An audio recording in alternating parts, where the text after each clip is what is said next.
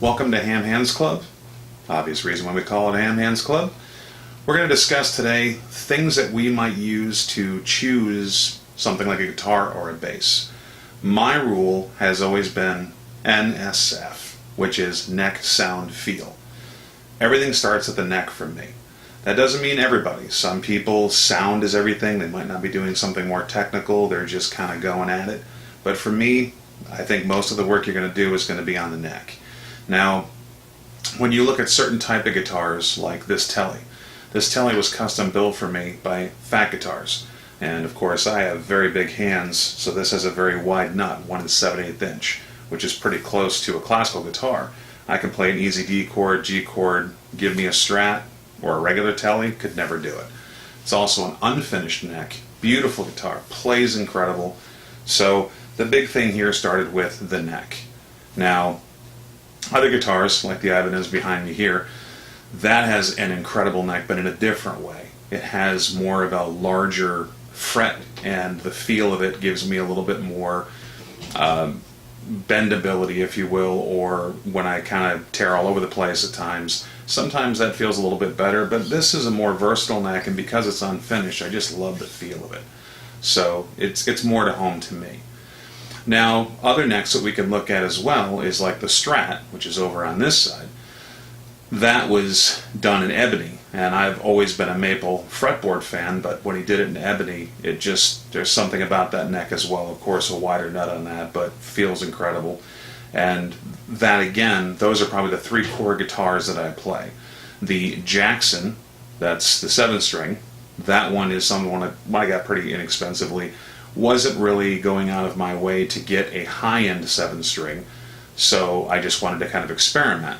The bass next to it, same thing. It's not a high-end bass, but the neck is great. The neck on that 6-string bass is fantastic, and the bass over here, the Ibanez, not an expensive Ibanez bass. Neck is fantastic. Really love the feel of it.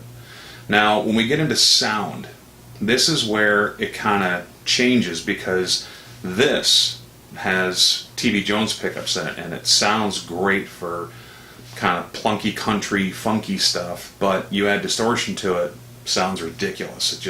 It has that combination of people that add, say, a Piazzo bridge with a humbucker pickup. These do both, and it just brings out this brightness that I don't get from other pickups, which surprised me. I never really thought about it until I started messing around with distortion, and it came out great. Now, of course, there's different guitars here that have different sounds. The Strat, of course, has its sound. The Jackson has its sound as well. And, you know, when you think about Ibanez, I'm going to be switching the pickups out on the Ibanez behind me to some pickups that I've had in a previous guitar and missed them to death. So Domingers are just amazing sounding pickups, and I've got some coming from Fat Guitars that I'm going to be putting in that one, and I'll do a review on that guitar. Later do a review on this guitar. Many of these I'll do a review on. But again, more importantly, some guitars surprised me. The one that's behind me, the pink one you can barely see, that one was for my daughter for her birthday years ago. And it's a Strat 2, or I'm sorry, I should say a Squier Strat 2. That was, I think, Korean made. Sound is great, neck is great, but the sound on that guitar is amazing. So again, for me, sound is very important, but secondary to the neck as far as for me goes. But there are such different sounds that you really kind of, when you pick up a guitar and you play it, they all have kind of a unique sound all their own. This one especially, that's why I'm holding it right now. Then we get to feel. Now, the Ibanez for me has one of the best feels for me, most natural feel. I just sold a Kramer Beretta. That, to me, I've played one of those for 30 some odd years. Always loved the Kramer Berettas. I'll probably end up buying another one, seeing the prices come down so much. But lately, I kind of went in a different direction. I wanted a little more versatility, and the Beretta just gives you one pickup. So, of course, you're kind of bottlenecked into what you're going to do. So I'll probably pick up another one, but the feel of that guitar for me and for my size really fits me well. But Van started sending me these Teles when he started building them for Fat Guitars. I was lucky to be there early on, and I just, for some reason, I was never a Tele guy for years until the past couple of years, and he sent them to me, and I don't know what it is, but all of a sudden, big Tele guy. Love the feel. This one, again, has neck, sound, and feel. All three. Love it. The bass back here has a great feel to it. I just I shouldn't say get rid, I traded off a Schecter bass because it just felt big and clunky. And although that neck is a 6-string neck compared to the 5-string that I had, that one's easier for me to play than the actual 5-string bass. So it was all feel, and it was all just the way that, it sounds great, plays great, but the feel of that bass made a big difference in what I play. So the combination of those three is what you want to look for, but you have to figure out your importance.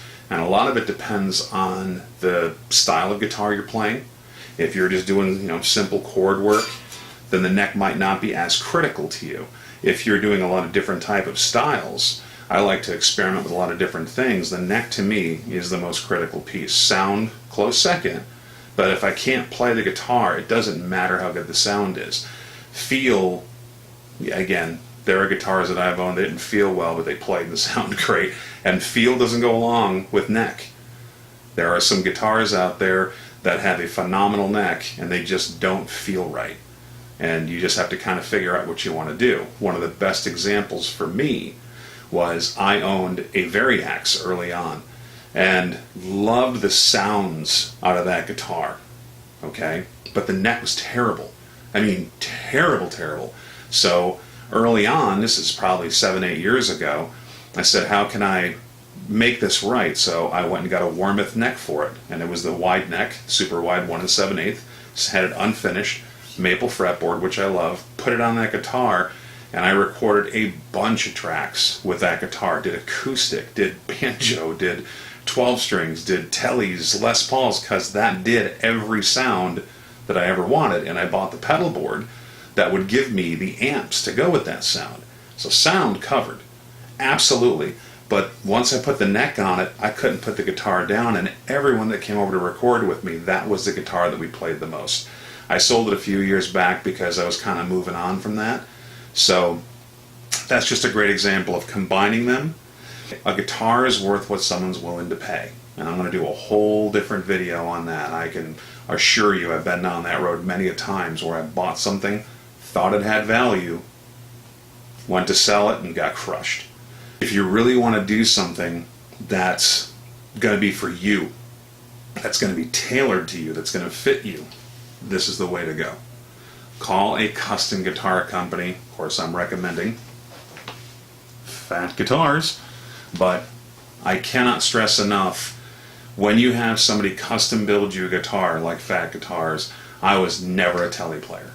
And now, this is my #1 guitar. Play it all the time. I wasn't a big Strat player. Okay, Strat gets played all the time. NSF, keep that in mind when you're looking at guitars. Thanks for your time.